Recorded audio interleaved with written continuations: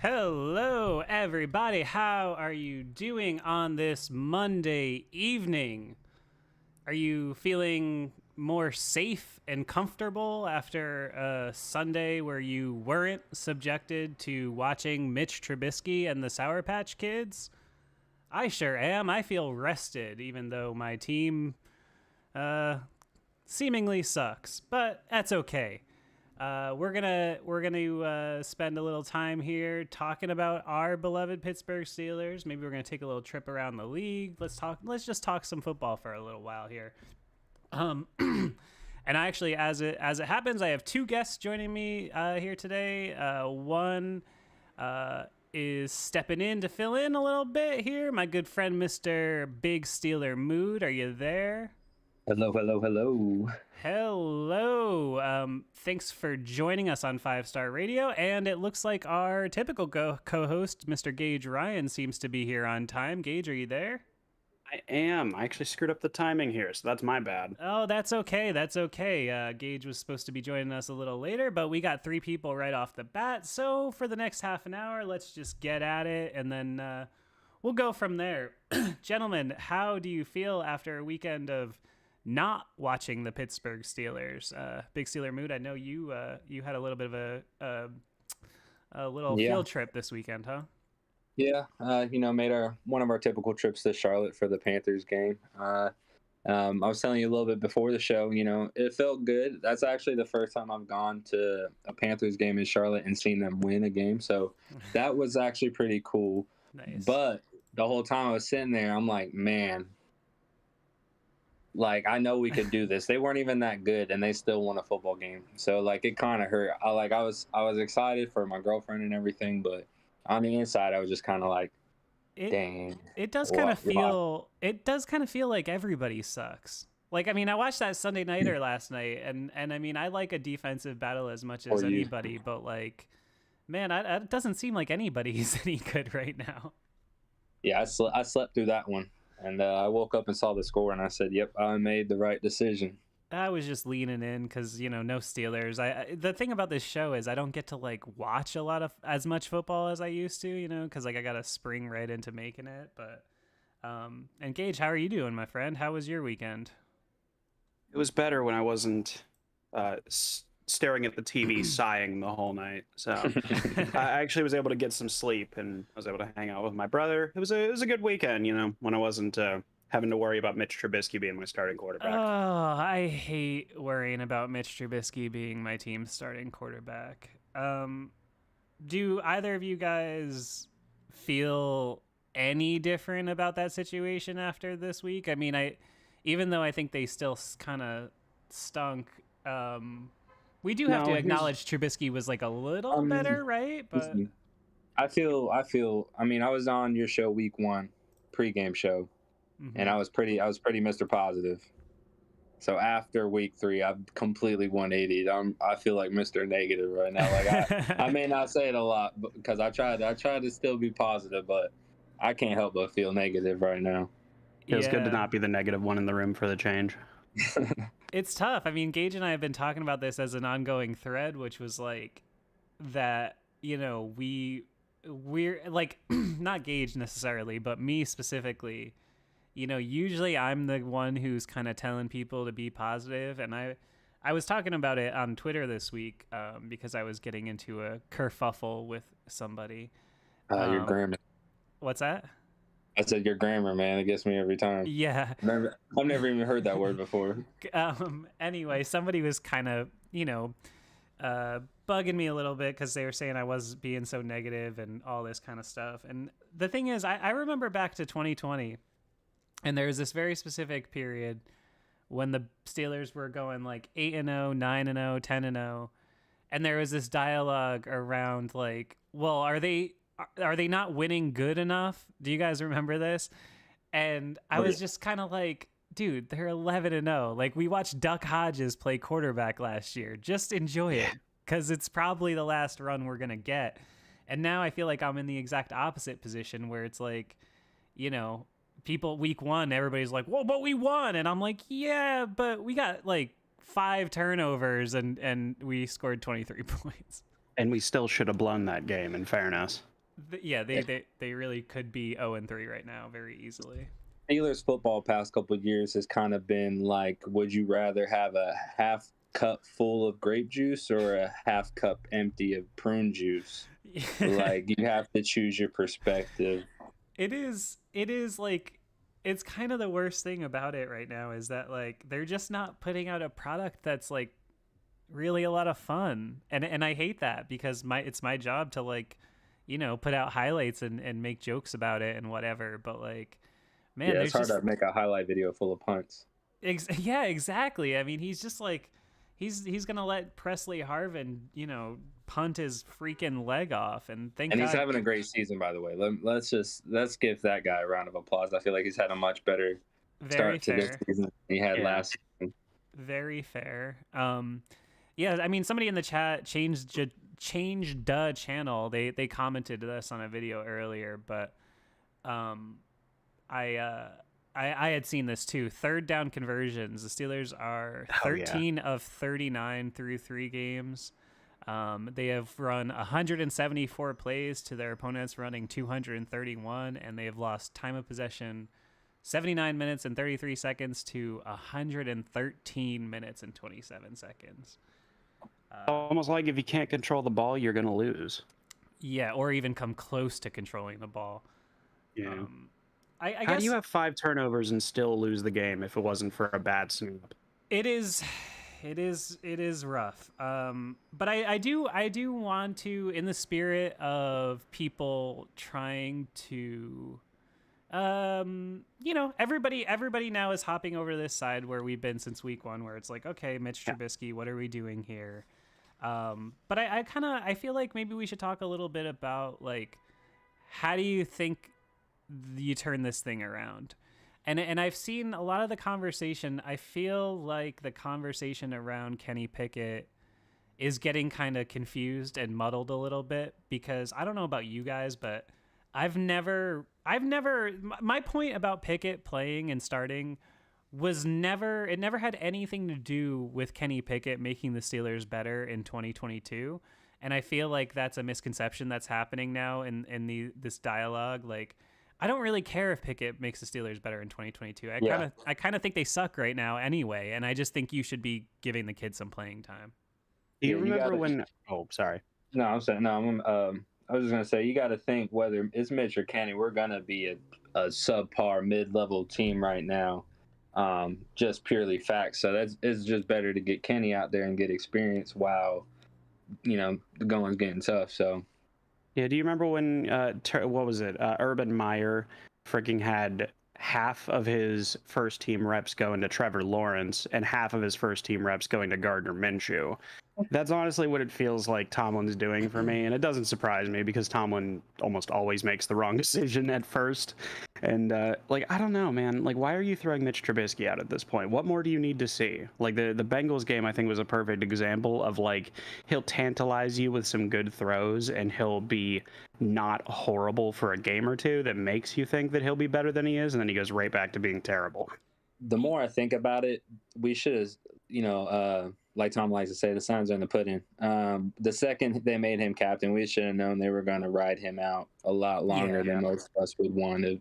Oh, yeah, I figured that right away. I said that all preseason, that I thought for sure that whether Pickett or even Rudolph outplayed Trubisky in camp, it seemed obvious to me that Trubisky never really had a chance to lose the job. And because I just think Tomlin wants to. He's proven in his in this last phase of his career, this last 5-6 years, he's just very conservative, and I think he's becoming a dinosaur, man.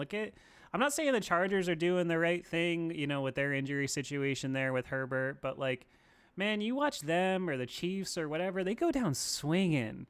And, like, we're not winning more than 7-8 games this year, if I'm being honest. So what's the point of going down, you know, death by paper cuts every week? You know what I'm kind of tired? You know what I'm kind of jealous of seeing nowadays is almost everybody's head coach in the entire NFL has that white laminated play sheet in their hand with their thumb on the speaker button. I don't see Tomlin doing. I feel like I remember him, you know, doing stuff like that. Now he kind of just stands there, hand in his pocket, like I don't know if he's given too much power to the coordinators or what, but well, that's an it interesting. just kind of seems like he stands there more nowadays. And that is I an hope interesting he stands take. there more. You don't see him. I was doing some capture of video earlier today for a piece that is coming out tomorrow. Maybe there's a little hint about the subject matter of that in our thumbnail for this radio show. No spoilers, but and you watch him in 08, 09, 10, and you remember like that swagger. Like I remember in 2008 that swagger of like after Deshae Townsend's pick six against the Cowboys, and he's like spinning the headset around on the cord and everything. And it does, I don't know, it's just different now. And I do think he is, I don't know. Most of those guys you're talking about are offensive minded guys, and so I guess that's why they have the play sheet in front of them. I remember Mike Zimmerman in Vikings a couple years ago. Yeah. He was a defensive-minded coach, but, I mean, he did the same thing. I'm not saying he was a good coach or a better coach than Tomlin, and I'm just saying it seemed like he had a little bit – let's hold on now. Hang on. I don't want to say that he's, like, a better coach necessarily, but he's definitely a better play caller for sure. For what I've heard, from what I've heard, those dudes in Minnesota absolutely hated Mike Zimmer. So when he became the head coach. Their hype tea's gone. But as a defensive mind, you can't take that away from him. No, yeah, absolutely. No, I'm sorry. I was going to say real quick. I feel like it has to be stated that there's going to be a lot of people that may hear this, or when these arguments come up, like on Twitter and stuff like that, when they see Steeler fans like bashing, quote unquote, bashing Tomlin, they're like, "Oh, we would die to have a coach like Tomlin." It's like, yeah, sure you would. You're comparing Tomlin to the 35 coaches your team's had in the past 15 years, as opposed to us comparing. We're literally comparing Tomlin to Tomlin right now at this point. I feel like that's to be stated. We're not unappreciative of Tomlin, but sometimes, I mean, Bill Parcells didn't coach. They eventually replaced Bill Parcells. Not Jones, but the Dallas coach Landry. You know, he eventually got replaced. It just sometimes it happens. Yeah. Chuck Noll. I mean, it's the thing, you know, I've heard this thing, and I don't want to bring up Tom Brady because Gage will just start shitting on him like he always does. But I've heard the argument. I've heard the argument of Tom Brady where people were like, man, if you split his career in half, he might have 2 Hall of Fame careers. And I think that's probably true. But I think even with Tomlin, this is the interesting thing. If you were to split his career in half, you'd end up breaking it. You cannot do that. You'd break it up around 2015 or 16, something like that. You know, 15, I guess. And what's he done in the second half? Literally nothing. You'd have Mike Tomlin in the first half, and then a Marvin Lewis in the back half. I mean, his biggest accomplishment in that second half of his career is that he didn't go under 500 when he lost to Roethlisberger. Am I right? Or am I wrong on that? It is literally the only argument that Tomlin apologists, if you will, have left, is that he refuses to go under 500. And so, yeah, you have people like Minnesota who are saying, oh, well, we would kill to have a coach like Tomlin. Like, yeah, I'm sure you would, because, like Big Steeler Mood said, your coaches are usually pretty bad. But I don't know. I'm out on Tomlin at this point. I've been out on Tomlin. I've never really said it publicly, like just because it's not really warranted. But I don't know. I'm out on Tomlin. I've been out on him since the wild card game against the Brownies, if I'm honest with you. Fair. Like I was telling some fans in Charlotte, they have their own coaching situation going on with Rule over here. But I was telling him, Tomlin could make me run through a wall. Motivational wise, but his coaching makes me want to like jump off a cliff. Like, agreed. Wow. 100%. He's such a good motivator. Like that's why I always like try to preface any criticism I have of him with he's an amazing motivator. He's a great leader of men. He's a great team psychologist, I guess, if you will. He's good for the locker room. But if you're talking about a schematic coach, I would probably come up with 10 names that I would take before Mike T. Wow, he's got you running through walls but jumping off cliffs. That's an interesting take. I mean, I drinking wine. You know, I have always been a Tomlin apologist, and so I'm not somebody who's ever gonna just, you know, I don't know. I'm not ready to throw him in the trash, and I think he's shown some ability to like fix his weaknesses a little bit. I think what they've tried to do on the defensive side of the ball. Yeah, I think a little bit. They've brought in some higher end assistant coaches on the defensive side of the ball. You can't argue that. Terrell Austin, Brian Flores. If he was a less secure kind of guy, he might not have brought in guys who had been, you know, head coaches or offensive coordinators. So I could see that. Let's not act like he went out and sought Brian Flores. I mean, if we didn't get lucky and if the Dolphins were stupid, like we wouldn't have gotten him. That's true. That was kind of happenstance. That's, to be fair, that is fair. But he still brought him in. He gave him the job, and yeah. I'm not trying to poke holes in that. I mean, like Brian Flores is I would take Brian Flores as head coach over Mike Tomlin. There you go. There's your hot take. I'm just playing. I was gonna say that. I was kind of waiting to say that. Yeah, that's. I mean, I'm playing a little bit of devil's advocate here, sure. But I think, you know, the reality is, you know, if we're gonna look at this very realistically, they're not firing Tomlin. Tomlin could go 6-10. Oh hell no. He could go 6-10 the next 3 years. He's not gonna get fired. That's the scary thing. That's we're the thing. content. That's the thing that keeps me up at night. Is that thought right there? How bad can it get before the Steelers make any type of change? Look, as long as we can go 9-8, be mediocre, lose the games we shouldn't, and then get blown out in the wild card round, Tomlin will stay, because that's good enough for this front office. Yeah, that is kind of that's the thing here that is becoming a little worrisome is when I said this about the defense earlier, but I think when you take a step back and kind of look at the team objectively, I've said a million times that I personally don't think you have anything if you don't have a quarterback, but usually. So obviously we know the Steelers don't have a quarterback, or if they do, he's, you know, sitting on the bench. He's sitting on the bench right now. But I mean, I think if you look at the team objectively, I think we all as fans have a tendency to kind of overrate our own guys. I don't know how good of a team this really is top to bottom. How many guys do they have that would be locks to start on like every team? Maybe Minka and TJ, that's it. Maybe Cam. I mean, they don't have one player on offense that's a must start. I disagree. Who's that? Well, here's what I would say. Freiermuth, I mean, maybe there's only 7, 8, 9 tight ends better than him, but Mitch Trubisky apparently. Yeah. Oh, stop it. No, here's what I would say is that like Freiermuth definitely starts on a number of teams. Deontay starts on a number of teams. Claypool is a good number 2, number 3 on a number of teams. But I know you said start, so we'll say Deontay, Pickens would start, Najee would start, Freiermuth would start, and then on defense I'd say Cam, TJ, Minka, Miles Jack would start. You can make an argument Akello could start. Like, there's definitely starters on the team. Like, we have this idea as Steeler fans that everybody needs to be a superstar. I'm saying, yeah, I know. I understand that. But I'm saying, like, when you talk about a team that's a Super Bowl kind of caliber team, like, you look at the Bills and you look at Josh Allen and Stephon Diggs, and you're like, those guys are the best at their position in the world. And I realize they lost yesterday. That's just off the top of my head. Oh, okay. But I'm just saying, like, I think the Steelers, somebody told me, I don't know if it was Steel Flyers on one of my shows in the last couple of weeks or something, but somebody was like, well, we know they have a couple of Ferraris. And I was like, do they? I kind of think they got like a garage full of Acuras. No, we got the garage full of freaking books. Like I will maintain that Pickens, Najee, and Deontay are Corvettes, or if you will, but outside of that, I agree.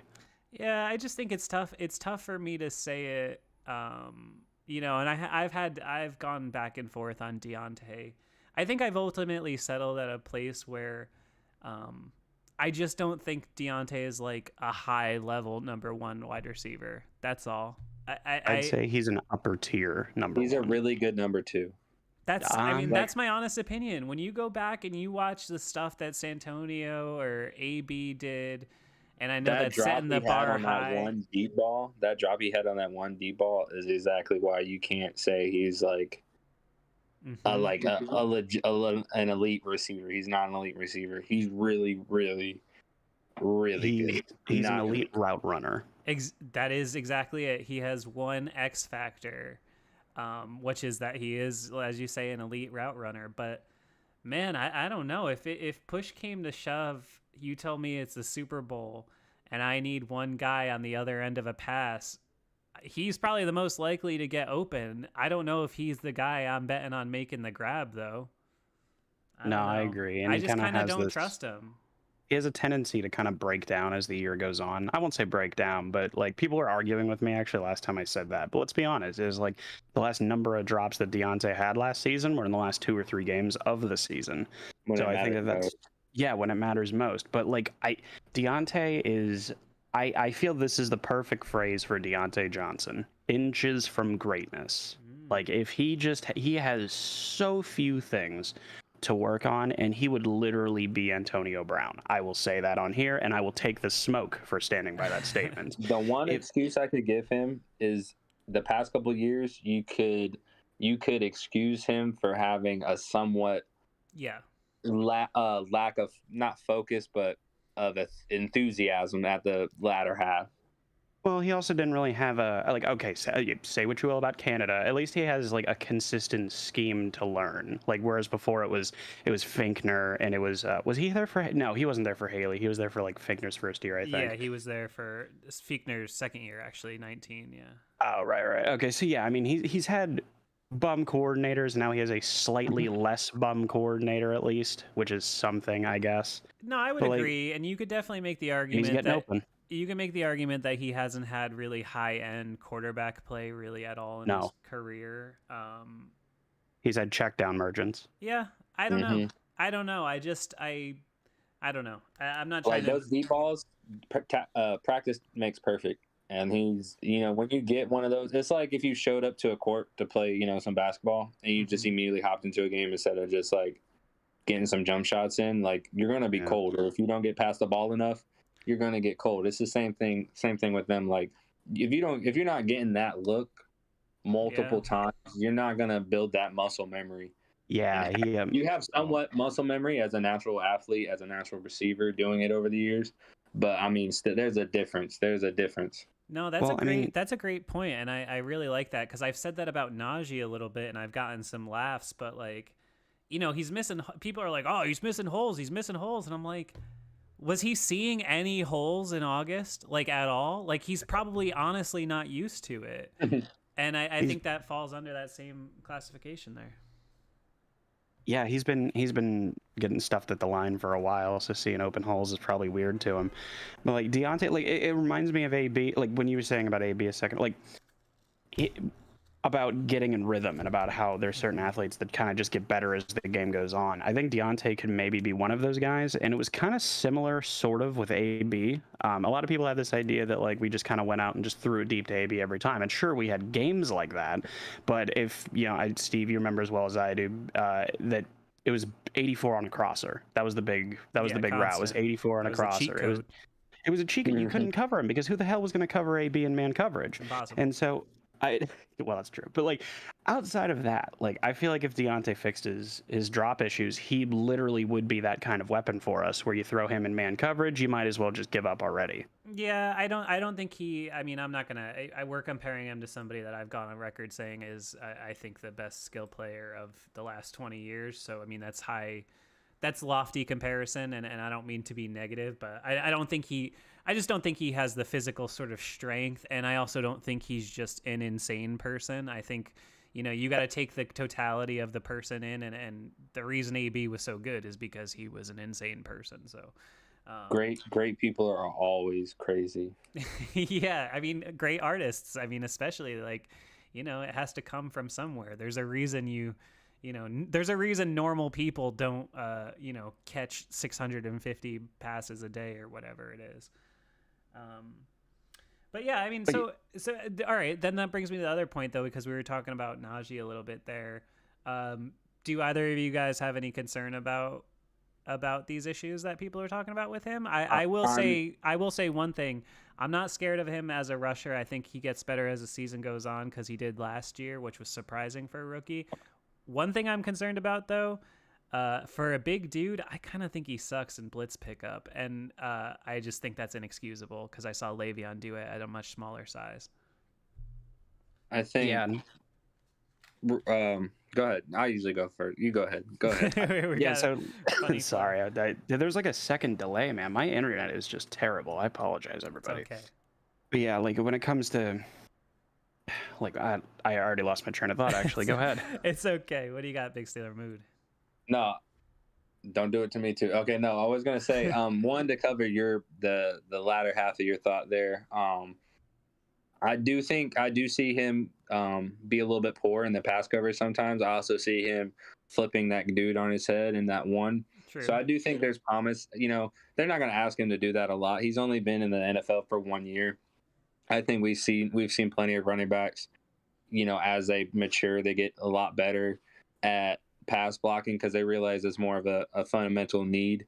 You know, in rec football, I thought special teams was stupid. Had I known that stuff can make you an NFL player at, 10 years old, I would have took special teams more seriously. So, that's one thing I feel like he can fix. The major concern and thought I have about him, and I forgot who said it, but one of the media analysts, they were talking about quarterbacks, was putting like a Sam Darnold in New York. Sometimes if you start them too early and it's too much and they start guessing, that's when they start seeing ghosts. So like a Carson Wentz, when they feel like they have to start being too heroic and can't just read and feel the game, that's when you can almost scar them and like ruin them for life. And I don't want that to happen to Najee. And I feel like that's what a lot of people were seeing the first couple weeks is, everyone was like, oh, the hole's right there. But it honestly looked like he's just assuming a hole's not going to be there in the first place. So he's just automatically cutting to the outside. Because, I mean, how many times last year did we see him, every running play that was inside him, have to bounce it off the tackle and make, a 1-2 yard gain out of nothing. Yeah. So you kind of think Najee, and especially this would play in with the storyline of him being a captain as a sophomore. You kind of think he's playing a little hero ball, like he's kind of thinks he has to shoulder this. And, I think Thursday night we saw a little bit more of a calm, Najee that we saw last season. The running back that he could be. I think we saw a little bit more of that. Unfortunately, our offense can't stay on the line or can't stay on the field long enough for anybody to do anything. So it's kind of hard to judge right now, but I do feel like I felt better about his vision week 3 as opposed to week 1 and 2. Okay. Najee's so good as an athlete, but he honestly, and me and Steve were two like the biggest like Najee defenders like of the pick, and I still am. But like Najee, he has issues with vision, and that hasn't really improved. He can fumble occasionally. That's not good. And he's also just he's not seeing the holes. Like I don't know. He's just.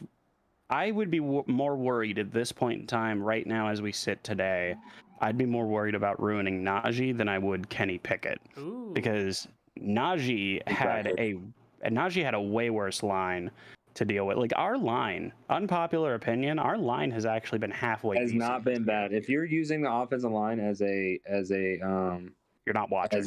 You're literally not watching. Like that's just a crutch at this point. The offensive line has been pretty solid. It's just they either get holding penalties or they look bad because dudes are getting off the block because half a second into the snap being given to Mitch, he's running to the left or the right. Of course, the offensive line is going to look bad, but the offensive line has been pretty good. They're not great, but good. I think they've been, in pass protection, shockingly good. Yes. Like compared to what I thought they were going to be. Because I've said this a couple of times too, is like, I think they really kind of...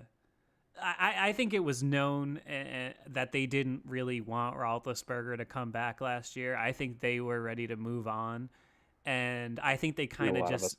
I think they just kind of grinned and bared it, and were like, all right, well, you want to play, then you have a 3rd-round guard playing center. Good luck. They're like, God, we can't wait to get Mitch in the offseason. Yeah, and I mean, in retrospect, I kind of hate it because I kind of think. What I've thought all along is if you're going to bring Trubisky in and he's going to be your offseason, your crown jewel, your prized acquisition. Clearly they targeted him because they signed him the first day of free agency, like as soon as it happened. So embarrassing. If that's what you were going to do, why were you going to bring him in and have him play even more conservative than you had Roethlisberger play last year? I just don't understand. Also, if you're in here watching us, hit that like button. There's way more people than likes. Hit that button, guys. Go ahead. What's your point? What you got? No, I'm so glad you asked because I literally had this thought last night.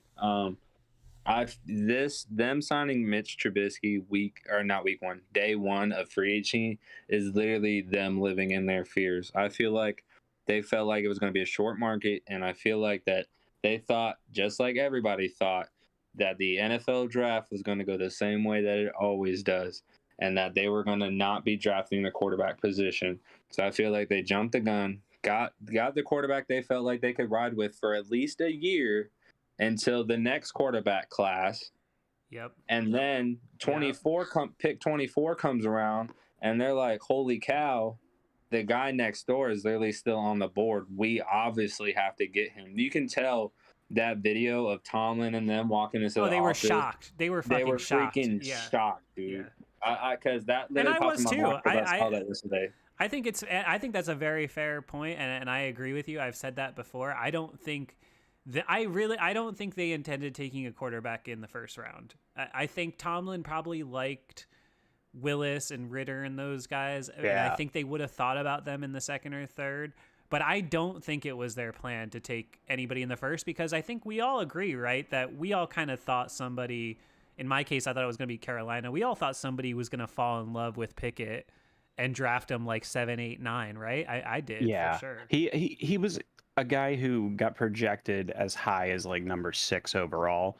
And I think that, like, listen, I made that joke like in the Kenny Pickett video where I said like Tomlin had dinner and, was at Malik Willis's pro day and had dinner with him and like was just all over Malik Willis. It seems like there was an article being written every day about how much Tomlin loved him. And so like for him to take Kenny, it seemed like, well, Malik was on the board, so they probably just assumed he wouldn't be there. But my thing is that if you believed so highly in the guy and you think he's so good, then how the hell is he still on the bench over Mitch Trubisky? Well, it's an interesting thing, right? Like, I don't know, because I think, I mean, it's like you say, living in your fears and being a little conservative and being kind of scared to face the future. And that's what's really frustrating me as a fan. For as much as everybody's screaming at me like, oh, Steve, you're just like being so negative this year and, all this kind of stuff. And they're rebuilding. It takes time. I genuinely don't care that they're rebuilding. Like, my whole offseason plan was like, I'm excited for this because with Roethlisberger for 18 years, we were in it every single week, do or die, life or death every single week. And honestly, as great as it was, it does get to be a little exhausting.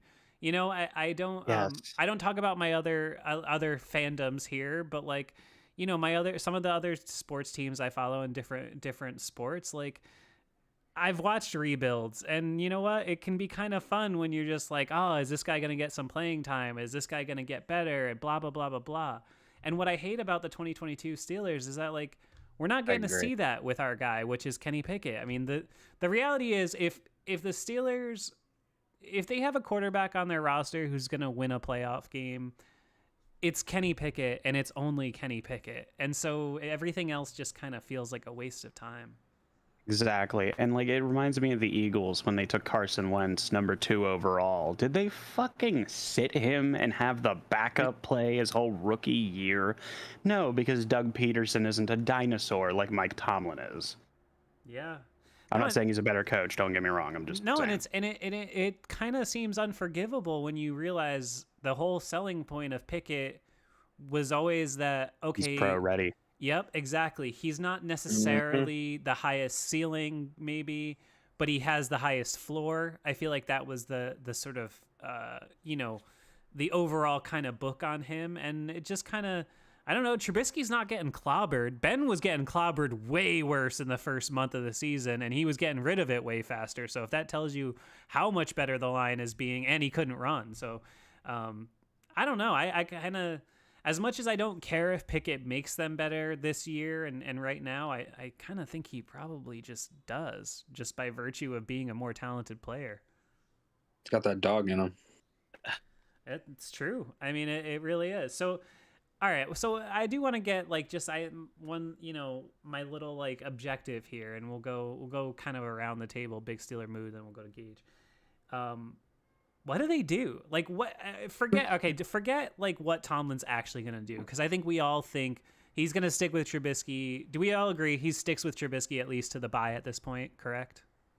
Yes. Okay. For all the wrong reasons. Sure, but regardless, unless there's an injury, it's probably not going to change. But forget it. Forget that Mike Tomlin's a dinosaur and he's the head coach and he's going to be here for the next 500 years. What would you do in this exact situation? All right, say it's franchise mode right now. Yeah, exactly. You're taking over. It's week 3. You're 1-2. You're in the exact situation you're in right now. What would you do? I'm selling the team. I'm relocating it to. You can't relocate the Pittsburgh Steelers. No. But for real though, real quick before I feel like before we do anything, in y'all scenarios, are we touching Tomlin? Is Tomlin on the hot seat? Is that included, or No. I think you go under the assumption. I say a little realistic. Like I'm just saying, like what would you do? What would you do? Would you how would you kind of steer this ship? Is all I'm saying. Realistically, I'm firing Matt Canada and I'm putting Kenny Pickett in. I feel like that's literally the only two answers, and I feel like people with both of those that have those answers individually, like you have the start Kenny. It doesn't matter if you have Matt or not. And the other ones that it's fire Matt. It doesn't matter if you have Kenny or Mitch.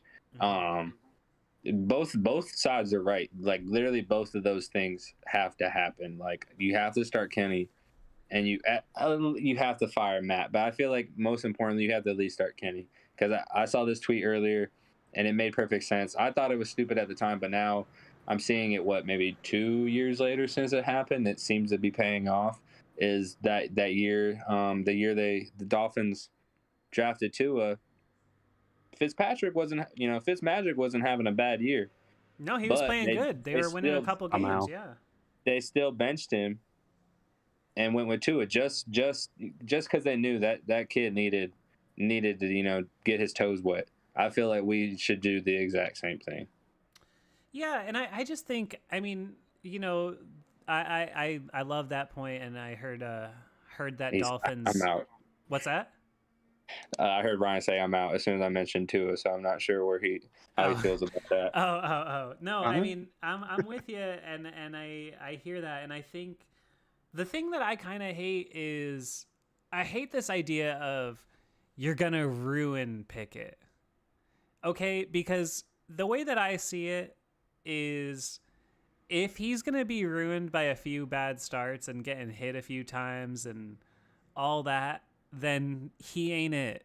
Exactly. And I am a believer that you either are the guy or you aren't. And I think it's painfully obvious that, as we all know, Mason Rudolph is, quote, not the guy, despite having, decent arm talent, and Trubisky, despite having decent athletic ability and number 2 overall pick somehow. Did they pick him like 9 picks before Patrick Mahomes and Deshaun Watson? Okay, good job. Chicago is a nightmare, by the way. Have you seen they're averaging like 80 yards of passing a game? They're on a better record than us. Yeah, they played the Texans yesterday, okay? Come on. I think Barry McCockiner said that Justin Fields is what Lamar Jackson haters think Lamar is. Man, the Steelers dodged a bullet on that one. I was thinking about wanting him that year too, but it's not looking great. Well, in fairness, Chicago's a quarterback graveyard, so I don't know how much. Dude, you can he's put getting on 80 yards a game in 2022. I don't care if he has Matt Canada. Mitchell Trubisky and Matt Canada are outproducing that like fourfold. So yeah. I don't know. He has like 4 or 5 picks already, I think. Yeah, it's not good. Yeah.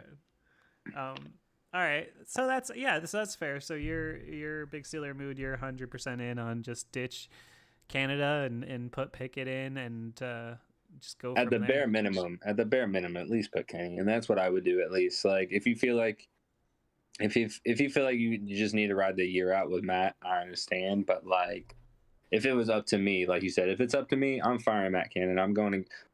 I'm a huge Pep Hamilton. I was about to say exactly. I'm a huge Pep Hamilton guy. Like I would go. I think he might be with the team right now. That's what I'm saying. Like if you have to wait a year, I get it. But like Pep Hamilton's my guy. I feel like he's just a very smart, offensive-minded guy. He's used to working with some mobile quarterbacks. You know, Justin Herbert. He was at Oregon.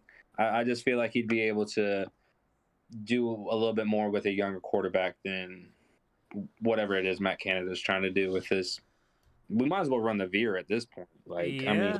I mean, yeah, well, that's interesting. I mean, what is everybody? I'd love to hear people in the chat. You know, your takes on this situation. And I know I'm going to go to Gage here and ask for opinion, and I know it's going to be very different because Gage is a noted Matt Canada supporter, which I don't suspect will be popular. But yeah, well, let's hear it, Gage. What would you do in your mind, your lovely cantankerous mind? Cantankerous, that's a word to use. So, man, like I hate being labeled like the Matt Canada fan because like he's fine. He's not terrible. We make internet content here, okay? It's all about headlines. I can't be in the minutia, you know. I gotta. You're the Canada guy. And you're the Mason Rudolph fan. I am the Mason Rudolph guy. I've been eating that for 4 years now. That's how I got a name here. It's all good. No, so I mean, like, he's fine. He's not great. He's not like we're not going to win Super Bowls on the back of his play calling, but that's not what we got him for in the first place. Like his scheme is super simple, and it's something a lot of other teams use, which is split zone runs and play action Yankee concepts. It's not as if those things don't work, but the problem is you need a line that blocks, which we have now. You need a running back that can read the line, which we kind of have. Jalen Warren's better at reading the line right now than Najee is. Hot take. And you need to have a quarterback that actually knows how to throw the ball to a receiver that's not the running back. And that is where we're caught. I think that I said this on the last one too, that like once Kenny finally comes in for Mitch, if Tomlin decides to stop being, brick-headed, he'll bring in Kenny and the offense will open up. Again, that's 24 points, 27 points, 30 on a good day. That's fine. Like if we get TJ back and our defense improves, that's really all we need. You know what I mean? We need a team that can kind of just win on the ground and win with defense and whatnot. And right now we can kind of do that, but we need a quarterback that can support it because right now the team's hilariously unbalanced. So if I had it my way, the only change I'd make is throw in Kenny. I mean, are we going to win the Super Bowl this year with Kenny? Probably not. But I mean, we have a better chance with him than we do with Mitch. I think that Canada's play calling and his game plans, I mean, they're hit or miss, right? I mean, like with schemes like this that are all about the game plan, if you guys haven't, like Sean McVay's offense can be shut down sometimes, I think period. You have to at least concede though with Canada that it does seem enough of a trend at this point that when they're on script, it doesn't go well. I mean, they haven't scored a touchdown. They haven't scored a touchdown, not even on their first drive, but they haven't scored a touchdown in the first quarter. When almost a calendar year, man. You have to acknowledge that does fall on the OC. I mean, you watching these guys to a certain extent, man. But when you have Ben Roethlisberger and Mitch Trubisky, you have terrible quarterback play. Yeah, but I don't care, man. You see these teams. I do. You see these other teams scheming guys open. All right, the Browns are playing with Jacoby Brissett, and they're scheming guys wide open across the middle. That one throw to Amari Cooper, I haven't seen a Steeler that open since Antonio Brown was here. I'm being honest. I really haven't. Everything they don't have. There's no easy throws in this offense. I disagree. Are you watching the All 22, Steve? No, of course not. I come here and just scream and yell. I don't watch. I don't study. Okay, I'm not a nerd.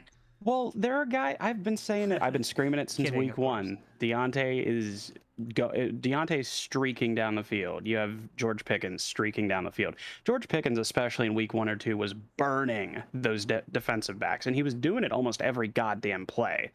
Mitch Trubisky is the worst starting quarterback in the NFL, not named a rookie or someone, close to a rookie. Oh no, you can make a status. case. He's there's some statistics that he's below 32nd in the league. Actually, He is dreadful. Like, everybody wants to talk about like Matt Castle, like with Josh McDaniels' offense and whatnot, but he was throwing the ball to Randy Moss and Wes Welker, and he was at least a competent starter. Mitch Trubisky's a bust, and he can't play football, period. He's playing like he's scared to lose his job, which is exactly what's losing his job. Yeah. It's the most obvious outcome, though. It's exactly what I thought would happen. I mean, he's a guy who clearly struggles with his confidence, lost a job one time, and we were supposed to believe that all this growth happened off screen because he was like around Josh Allen for a while and he's a nice guy. Yeah, I don't know. But do you think, do you think, I guess I'll go to you, Big Steeler Mood. Do you think in your heart of hearts that Tomlin actually thinks he gives them the best chance? Or do you think he's scared of, do you think Tomlin really believes Trubisky gives him the best chance to win? Or do you think he's just trying to protect Pickett for as long as possible? I don't know what he's thinking. Because it's hard to justify either way, right? I just can't see it.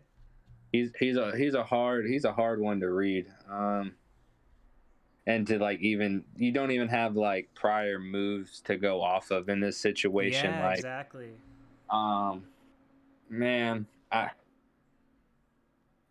don't know, because he has those little cool little sayings he'd be having. I don't send messages, I make moves. Yeah. I'm kind of waiting for that one. Like, are you gonna send a message to this team and put Kenny in, or are you just gonna? I'll bet he kind of thought he was gonna guide this thing to like 3-3, 4-4, something like that. The Lions gonna start getting better, and then boom, he's gonna make like the master stroke and put Pickett in, and then it's gonna like, they're gonna go from there and get better and better. And I think it's failed logic because look at this schedule, man. This team, I hate to sound doom and gloom, but I really I don't see this team being better than like 2-5 after 7-8 games. So the schedule's rough, dude. They're not beating the Bills. Come on. They're just not. Mitch Trubisky. What? No, what else do you expect our record to be? I mean, yeah. Probably No, I just thought we have I Mitch thought Trubisky's our starter. Yeah, no, they're not beating the Bills. I don't know. I don't know. The Dolphins, man, the Dolphins hung 40 plus on the Bills yesterday, or not 40, whatever they scored, 1 million points. Yeah, I will say that our defense is actually like kind of good against Josh Allen because he does rely more on his mobility than people will say. I think Josh Allen as a passer, like his efficiency is not what you would expect from a superstar quarterback, to be honest with you.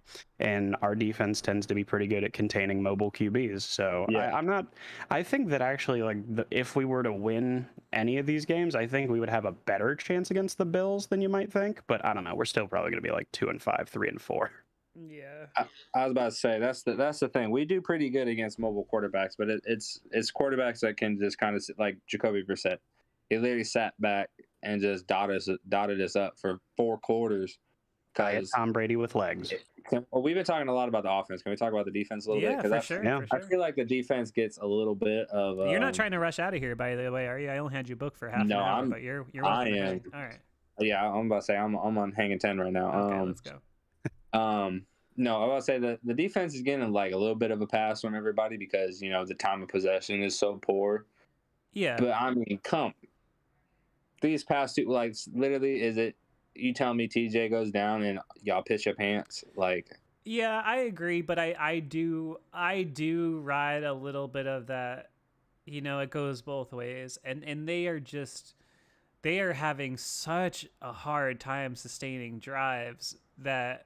I mean, especially in that second half of that, the Patriots game.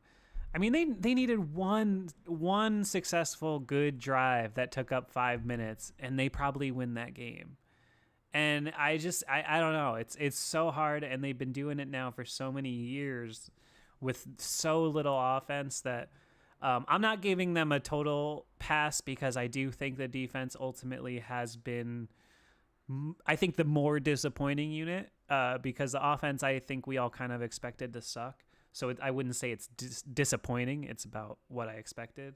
No, that's a fair statement. I mean, especially without TJ. I remember someone bringing this up. I think it was on Twitter, and like he had a fair point where he said that he thinks that our defense is just kind of poorly constructed because like when we lose TJ or when we lose like Minka or when we lose Tyson Alu for the run defense, like we don't have holes when players leave. We have gaping craters. Yeah. And I think that that's a giant problem with this defense. And, you know, even with that, the Steeler defense has given up a total of 20, 17, and then I count the Browns game as 23 points because of that stupid fucking hook and lateral play. The defense gave up 23 points. Fine.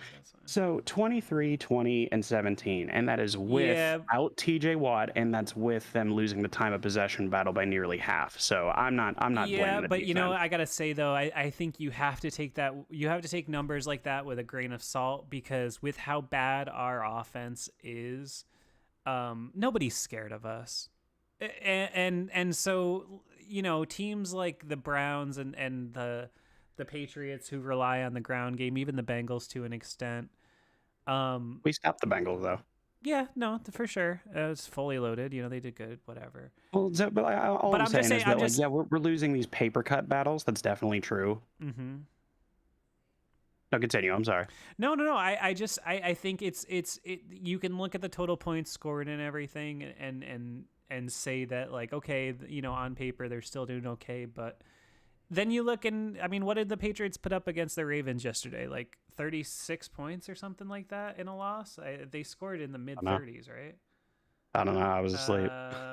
37-26. And the Ravens defense is pretty good too. So I think I can't take statistics like points per game and stuff to be exactly what they mean because our offense is so bad that I don't think anybody in this league is scared of us right now. Nobody thinks we're going to outscore them. I'm really more so worried about the secondary. That's really why I wanted to bring up the defense is the secondary because I can't tell if it's like the zone concepts that we run or you know, is it a bad concept? Is it bad scheming? Is it bad communication? Or is it just bad players? Because I think they've been running a lot more man in this brave new era, and I think that they made a mistake in not extending Joe Hayden. I'll say it. I still think Joe Hayden was their best cornerback last year. Look at the game he had against the Titans. I don't care if he's not fast enough to run with Tyreek Hill anymore. You don't need him to do that on every possession. He just kind of plays his spot anyway.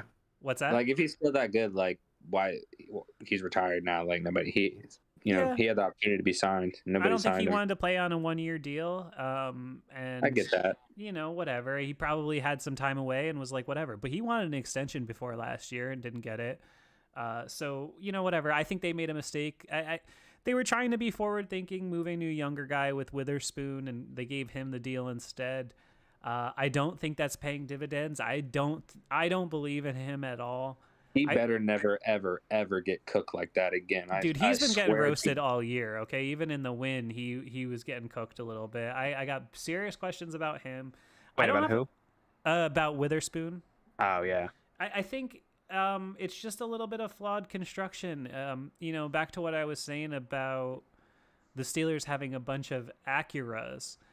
I think if you look at their secondary, you know, besides Minka, like if you look at the cornerbacks, I think they have a bunch of number 2 cornerbacks, and they don't really have a number 1 cornerback. That's kind of the way that they're constructed too. Like they we talked about this before, but like how they kind of construct their defense and particularly their secondary to be a lot like, well, their defense in general actually to be a lot like the Eagles, where they're spending their money on the pass rush and the run game and things like that. And then what they do is they pay heftily. They pay a lot for their safeties, hint, Minka. And then they have a bunch of number 2 corners that are, good enough. They're going to get beat sometimes, and then they're hoping their center fielder and their pass rush can kind of make up for the lack of ability out as a number 1 corner. And I think that works, when you have TJ Watt. But when you don't have TJ Watt, it'll suffer a little bit. Yeah, I just think if it's that much of a house of cards that it's dependent on only one person to work. Exactly. And that's not even, I mean, I personally have said this before, and I'm knocking on wood. Hopefully you hear me there. I have said that I actually think that they could ill afford to lose Minka even more than TJ.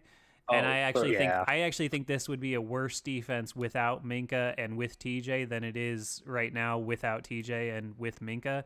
And that's not a great thing because they've not been very good in this scenario. So, you remember that Patriots game and then the game after it when we did have TJ, but there was nobody in center field? Yeah, and that's what made them trade for Minka. They were so bad at safety that they traded the first-round pick for the first time in 50 years. Because we just suck at safety without Minka. Even Terrell Edmonds, his play recognition is garbage. Let's call it what it is. That's not my fault. But that's the second reason I brought up the defense was Terrell Edmonds. I'm gonna let you continue, but Terrell Edmonds kind of pissing me off here as of late. But I'm gonna let you continue. No, listen. The thing with Terrell Edmonds, I've always said is if he's your 10th or 11th best starter on your defense, I think you have a good defense. That's all. I don't think you expect him to be, anything. He's the bare minimum. Yeah. I don't think you expect him to be anything elite or anything like that, but he's a capable starter and he's always healthy, and that's a plus. That's also true. Yeah, like they need. I think that's someone actually. I remember mentioning this, where they were talking about how they think that they just went all in on run defense. That like they got Ogunjobi and all these guys that are just good. They didn't do a very good job. Exactly, and I think that's kind of an indictment. In a lot of ways. I remember Tomlin talking about the draft where we got Najee, and he said, oh, yeah, we were comfortable with the O-line we had assembled, and that's why we didn't take any with any high picks. It's like, well, I call a number of things into question with your talent evaluation, if that's the case.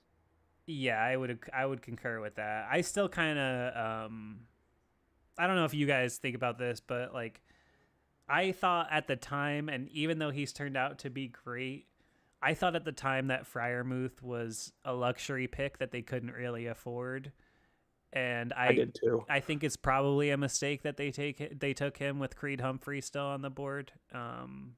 Take that back. What's that? Take that back. I wish I could. I love Muth. I don't think we are, baby. I do think it was a luxury pick. That's all. It was a bit of a luxury pick for sure. I mean, I think it's easy to say that with Creed Humphrey, like as good as he's been, but linemen are always weird. I think a lot of people thought the Kendrick Green pick, whether he was guard or center, was going to be a good pick, and look how that turned out. So you never but that's really know different. for You're sure. talking about a project in the 3rd round versus a guy that people thought was the best or second best center in the draft, probably a 1st round pick, and he was sitting there at 55. I don't know. No. I'm not saying they're comparable. That's what I'm saying. Like we should have taken, but I'm saying we also had more. It's kind of like when people trash the Najee pick, and I understand, but at the same token, like it's not like we didn't have any other high picks within the last couple of drafts where we could have taken other high pick linemen. Yeah, I think that Freiermuth will be a lot better once we have a better QB. Oh, for sure. I mean, literally, he threw it in his vicinity twice at the end of the game, or I'm sorry, 3 times at the end of the game for the first time in the entire game, and he caught 2 out of 3 of them. The 3rd one was absolutely uncatchable, but you get a guy that just can even throw it in his vicinity, he's gonna catch it, 9 times out of 10. No, he's great, and that has nothing to do. My take on that has nothing. There's no anti-Muth agenda there. I think he's gonna be a stud for a long time, and I'm glad he's here. He was a luxury, though. Yeah, I do. I don't know if it was the right pick as far as all that goes, but he is so lucky though that the Muth name caught on, because I thought that there was a much better nickname for him out there. Miller Lite. Oh yeah, that'd be a good one. We should start using that on the show. Do it. Oh man. Well, if we ever get a win ever again, then people will hear me joke about it. The show is out, by the way. There is a show for this week, so if you're listening, make sure you watch the show. We also got a Let's Watch Pittsburgh episode up today. We did from our good buddy Gage, his own new series on the show, covering losses in a very angry way. If you are chilling here, please do consider becoming a member on YouTube. We would really appreciate it. You could drop a couple bucks a month, or you could go over to Patreon, and then you get one of those exclusive envelopes. I have some cards and stickers and goodies I send out to those people. We appreciate the support. Every little bit just helps keep the lights on, helps us pay for our subscriptions, make good content for you guys. I hate trying to get paid it. like Drew Brees up in this bitch. Listen, I hate pitching it. I really do. But I'm talking $2-3 a month, guys. Whatever you can do, the volume helps. Roger Goodell takes all of our pennies, so whatever you can do. We've thought about throwing around some bonus videos that we could maybe put up on the Patreon and whatnot that are maybe just Patreon exclusive if that would be enticing to you guys. We're not a big company, we're not being run by one of these giant conglomerates like Barstool or DK Pittsburgh Sports or any of these things. We have no backing, okay? We're just people. Some guys being dudes. Exactly. Yeah, so I don't know. So the state of the Pittsburgh Steelers, they are what they are. I think I never really got to my take, which is what I would do, and I would go back in time and I would just never have started Trubisky. Exactly. I think honestly they signed him, and I think this is like Steelers old school loyalty. I think they signed him, told him that he was gonna be the starter. And then they were like, well, Pickett fell into our lap. We got to take him. And they didn't want to bail and make it look like they lied. And so they just made him the starter. And I think they're always scared to hurt the wrong guy's feelings. That is so true. And then they hurt the worst guy's feelings. They'll hurt like Troy Polamalu's feelings or whatever. Exactly. James Harrison. Yeah. Well, Rod Woodson. Yeah. I hated the James Harrison exit. It still bugs me. I hated the way he did that. I did too. Whatever. I don't know. Like I'm whatever with James Harrison for a number of reasons. But pissing off Troy Polamalu. I mean, that kind of stuff sucks. I mean, the one that really got at me, and actually, I don't even know if this is an unpopular opinion. I thought Hines Ward had a couple decent years left in him. I really thought that they got rid of him, and they really shouldn't have. He was still a halfway decent safety valve. Yeah, I just think they had a logjam at the position. I mean, they had drafted they had Wallace and then they had drafted Emmanuel and AB. I mean, and I think they had Jericho Cotchery back then. It just it was what it is. That was a happenstance kind of thing. I'm still glad neither of those guys, Polamalu or Hines, ended up playing anywhere else. And I'm so glad that. I have a good friend who's a Seahawks fan, and I was texting him during the Broncos game last night, and I just I'm so glad that we didn't have to watch Roethlisberger go somewhere else. Yeah, because I don't know how I would have felt about it. Because Roethlisberger's my dude. For all he's done off the field, and as much as I complain about him and whatever, but that's my dude. I think I would probably still be supporting him as much as I could, but it'd be weird to watch, and I'm glad we don't have to see it. It definitely would have been weird.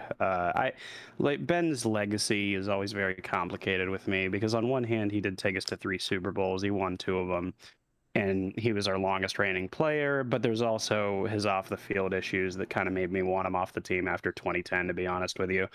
But, there's no way that you can deny that he gave every single bit of physical ability he had to the city. And so you always have to appreciate that. But I think that, they kind of did him dirty in his last year. But to be honest, he was probably, he should have been gone probably after the surgery, if we're being honest. Yeah. I think that's fair. We got somebody in the chat here that says, wasn't there a rumor that Ben himself didn't want to retire, but they kind of pushed him into it? And I think that's been said in different kinds of ways. He basically said, my GM and coach didn't want me anymore. And Tomlin, for as weird and careful as he is with what he says, Some of that stuff he said last year about quarterback mobility that would be like almost unprompted, and he'd just be like, well, we don't have any mobility at quarterback, was like Throwing him under the bus. yeah, it was kind of a dig. And I don't know, that team didn't have any business winning 9 games last year, and Roethlisberger, say what you want about his diminished state, he dragged that team's ass kicking and screaming to 9 wins. Okay, they had no business winning 9 games. He has it, and we've talked about it. We've talked about the cape. The literally when nothing. You could give me Ben Roethlisberger at 45 years old rolling out of bed over Mitchell Trubisky at 27 training every day. It's just there's just a difference. There's just a difference.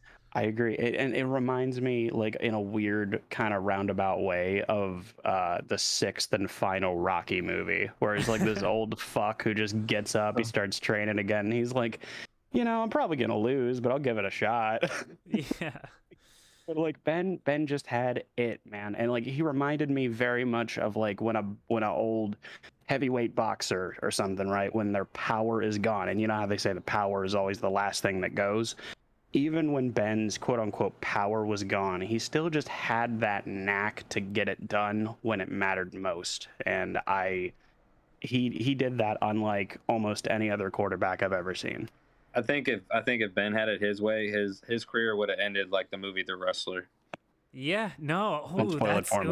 That's a good one. Dang, Oh man, The Wrestler is great. Yeah. One of my favorite movies. And it's I've been wanting to watch it. I just never get around to it. Oh, it's one of my absolute favorites, and it has this sort of like, it's supposed to be, I guess some people read it as a tragic ending, but I don't know. Like I kind of see it as a happy ending, because the whole thing is he just realizes like, I gotta just do my thing. And it's a Rocky ending, basically. Yeah, it's a good one. That's a good one, man. Good call there on that one. I would tend to agree, and it makes you wonder. The Lions protecting a little bit better.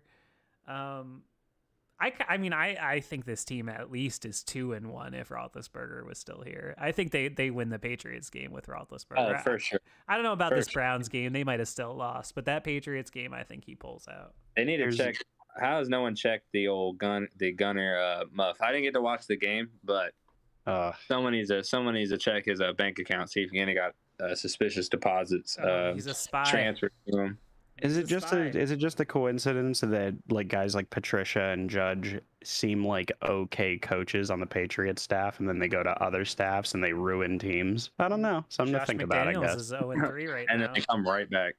And they have no problem. Like there's been like some, if you want to put your tinfoil hat on for a second and talk about the league, like there's been a long, like I just heard about this, right? Is like this conspiracy theory that Bill Belichick purposely sends his assistants to other teams to destroy them.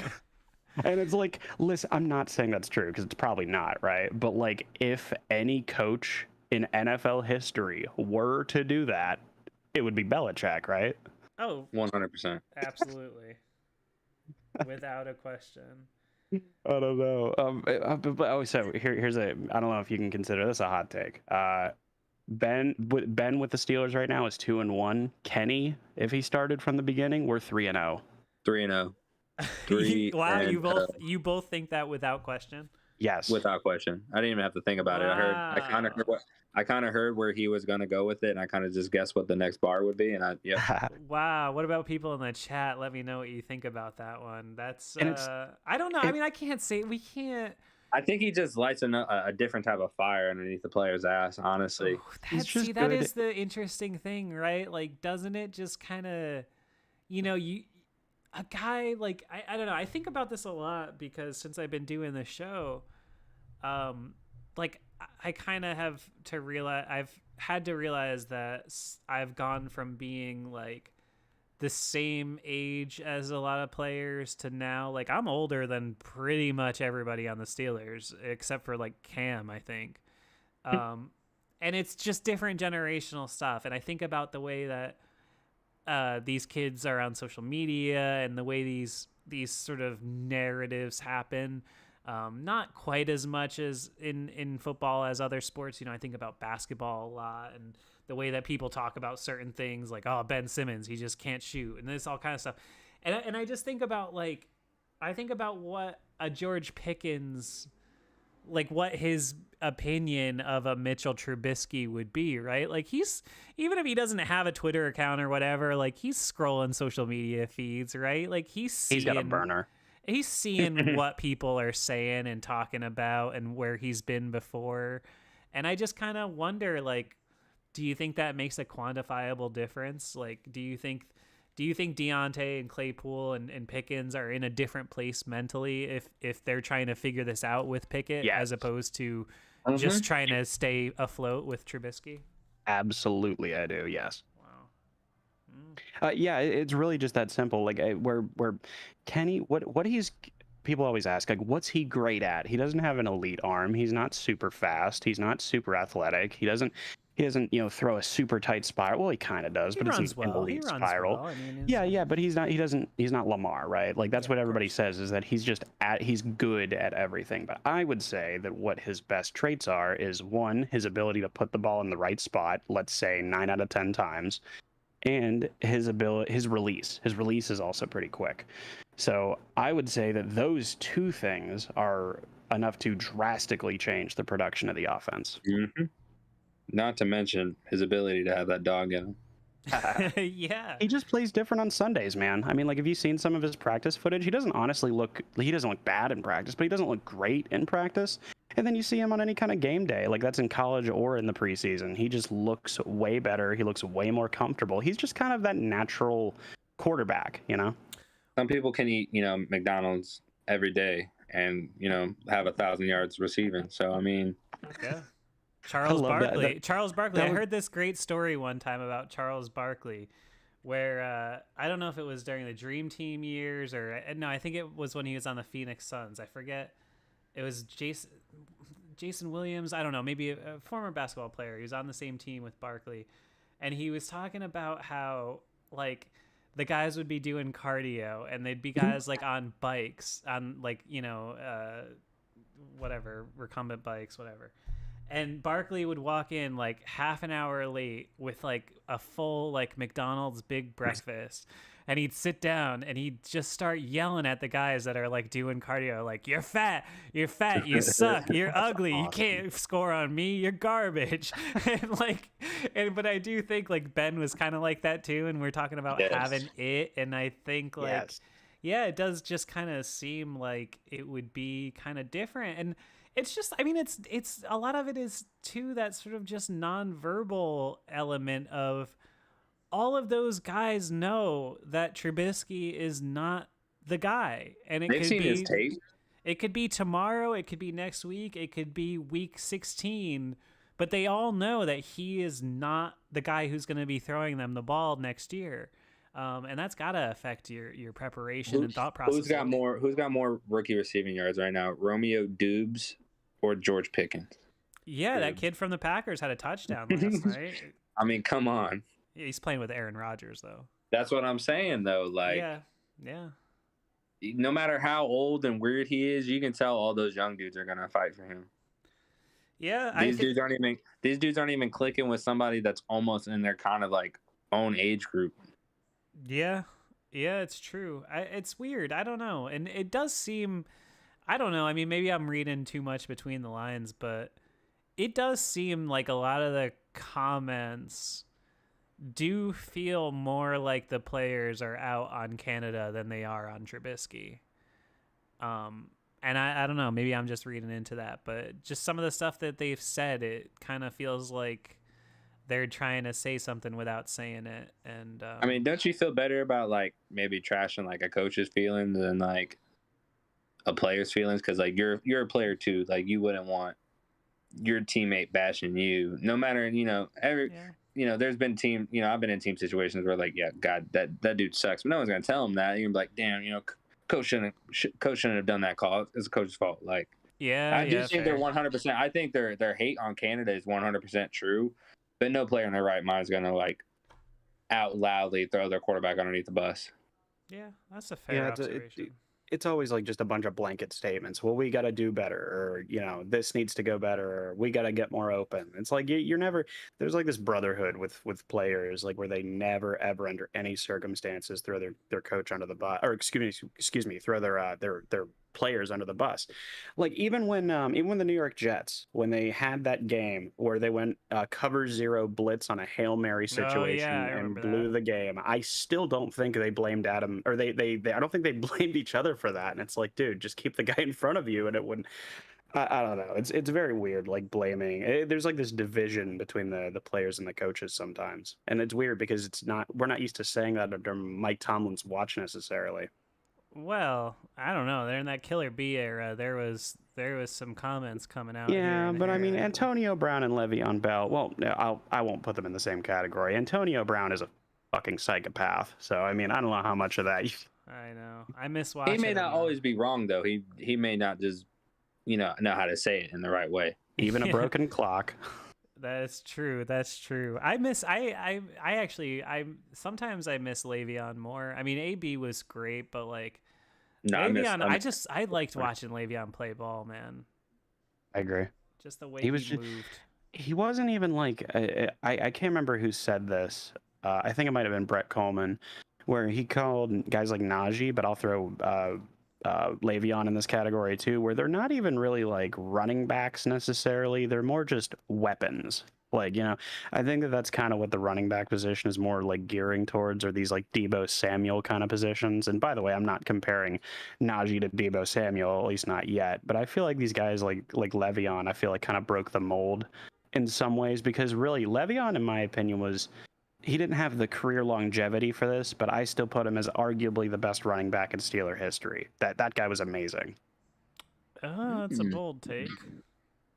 Even with D'Angelo Williams suiting up as a Steeler. Hey, D'Angelo is a great backup. I love D'Angelo. D'Angelo is one of the most underrated running backs in He's in one of history, those guys that those guys, I mean, kind of Joe Hayden's the same class, where it's like, I just kind of always was like, oh, I like that guy. Like, for no reason particularly. I just was like, oh, I kind of want him on my team. I was hyped when he came over. I grew up in Carolina, so I watched a lot of Jay Stu and D'Angelo Williams tear up the backfield for a long time. So when we got him, I was pretty psyched. That's that doesn't happen a lot. Where like you said, Joe Hayden, we watched him on the Browns for years. We're like, man, if we could take, they always ask if you could take one player from like your division rival or something like that, who would you take? For years it would have been Joe Hayden. So that's a good one. Who would you guys take right now from division? Lamar Jackson. Oh fucking hell! You take Lamar? Is that what you said? I had to say it. No, I just had to say it. I think Lamar's an absolute dog. I think that I would probably take somebody else, but no, that's a fair take. He's amazing. I'm just messing with you. I know he's probably going to be on a different team next year. Probably. I don't know if the Ravens can afford that the way he's playing. He is unbelievable. He can be a Falcon next year. Yeah, mark this. He's going to be a Falcon next year. All right, we're putting it down. Writing it down. Big Steeler mood on September 26, 2022. Predicting Lamar Jackson as a Falcon next year. Love it. I don't think they're going to let him get away. I think they're going to mortgage everything. They'll cut guys. You can't let him go. He's too good. Yeah, no, he's good. I hope people understand what I mean when I say this. He's good enough that you need to offer him that contract. I think he'd be genuinely, not even kidding, I think he'd be like a top 5 running back if he was a running back. I agree. He's that dynamic. Who's to say he's not? That's fair. He's like number 4 in the league in rushing right now, I think. Yeah.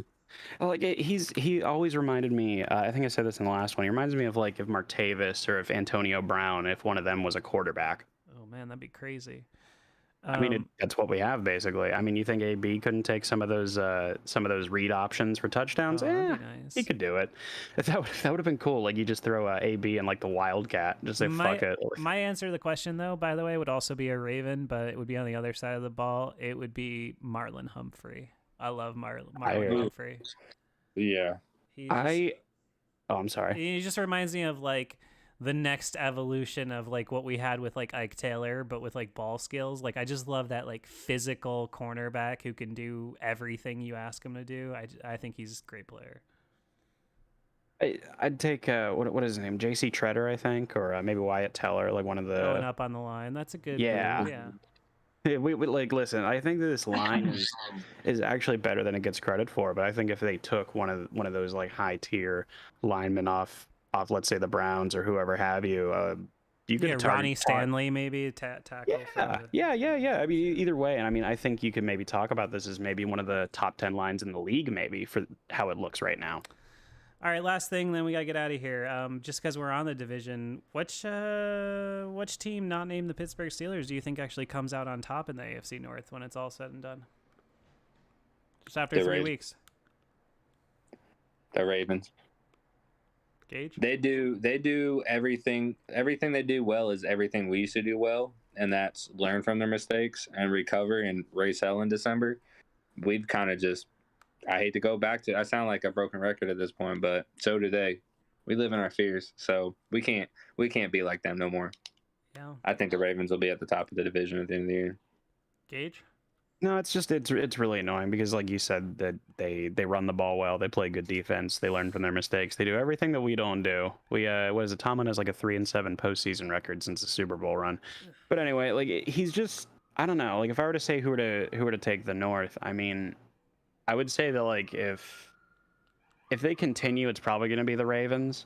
But I'm also not sure that Cincy doesn't figure it out and Burrow doesn't go on, on a decent streak maybe to close out the year and kind of get hot towards the postseason. Because I just remain I will die on this hill that Lamar as he stands right now is not good enough to win a Super Bowl. He just when you put him in pure passing situations, I think he's crossing over into that territory though, man. Well, maybe he will. Maybe I'll be wrong in like a year from now. This could change. I'm just saying, as he stands right now, he is the best running quarterback in NFL history, and it's not even close. No question. And he is an adequate quarterback that has stretches of good play, but has a lot of moments where when he is forced to pass that he tends to fail. And I don't think that's good enough to win a Super Bowl. Fair enough. I think it does make it more complex for sure. But I think he's just getting better and better every year.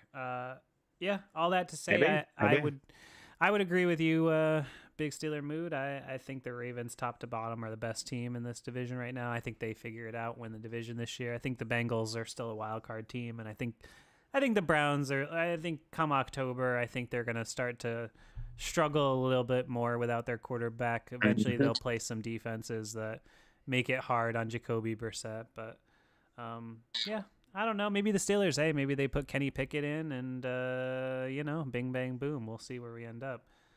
Put Pickett in, we win the North.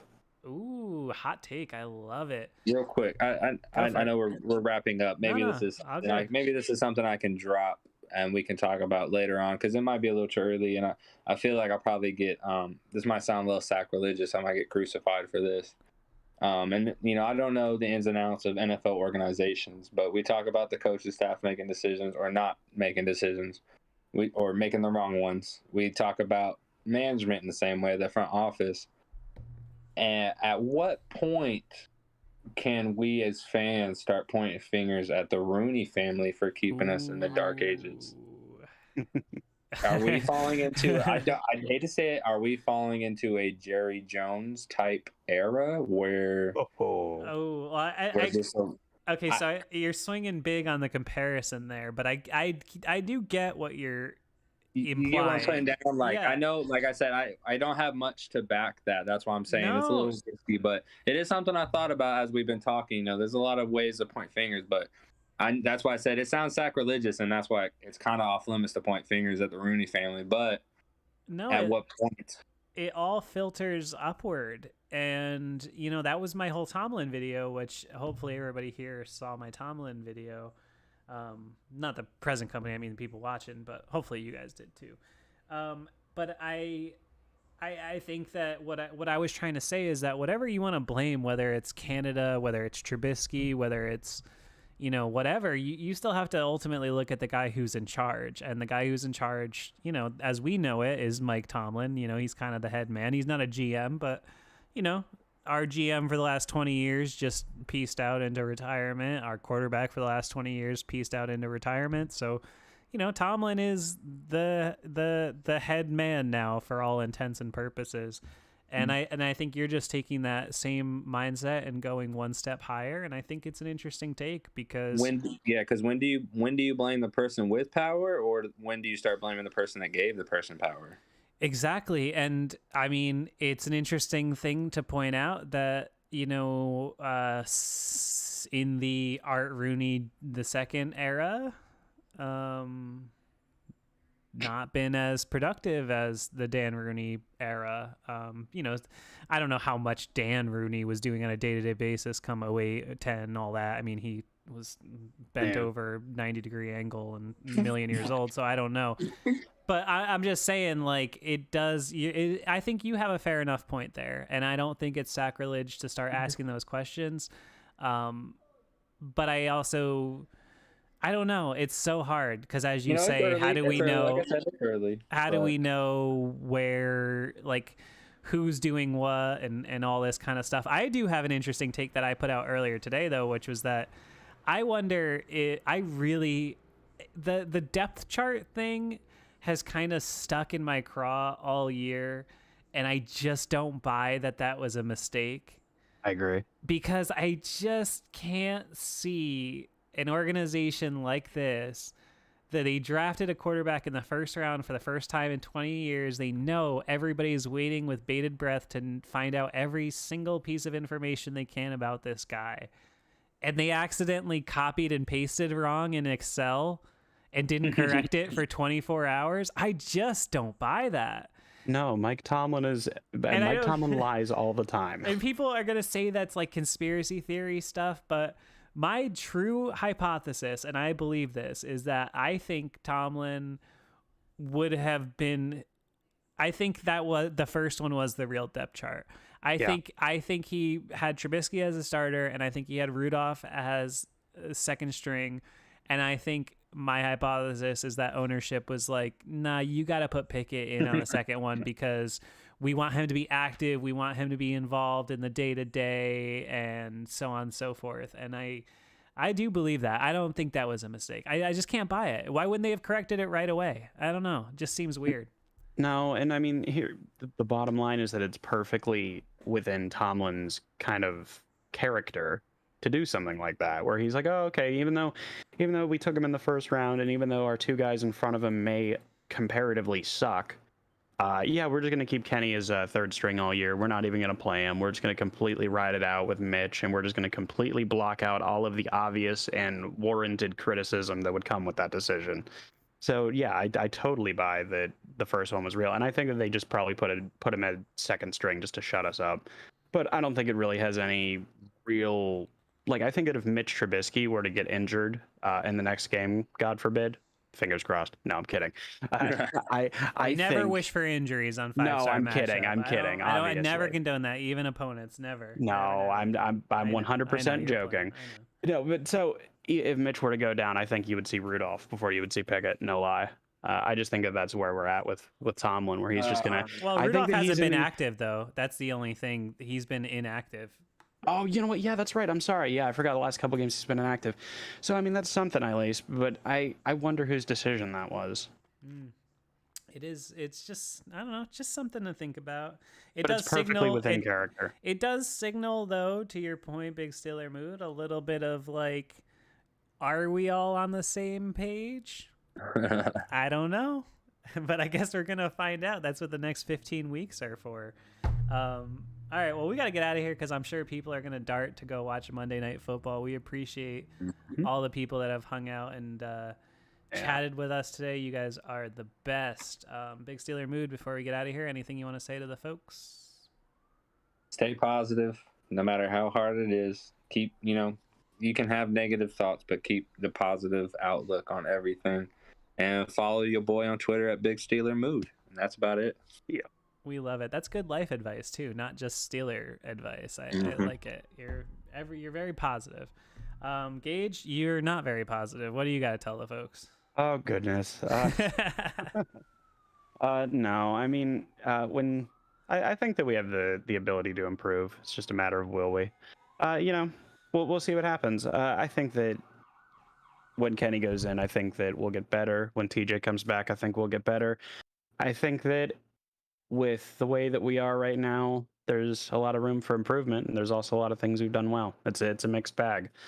Just like really any season is whenever you're putting in a rookie. Only problem is we're not putting in the rookie.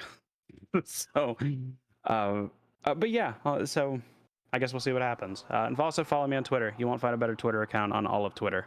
Also follow him on Twitter at Gage Ryan Video. I tagged him in a tweet before we went on here. Big Steeler Mood is tagged in that same tweet. I just want to say, if you can, please do consider becoming a member on YouTube or Patreon for just a couple, $2-3 a month. We would greatly appreciate it. You get some good stuff. Do it. Do it. Please do it. Do All it. right. Yeah. Roger Goodell is stealing way too much money off my plate. It's not fair. It's not cool.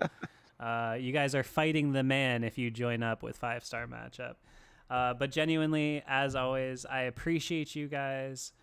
And I will see you next time on 5-Star Radio. Bye.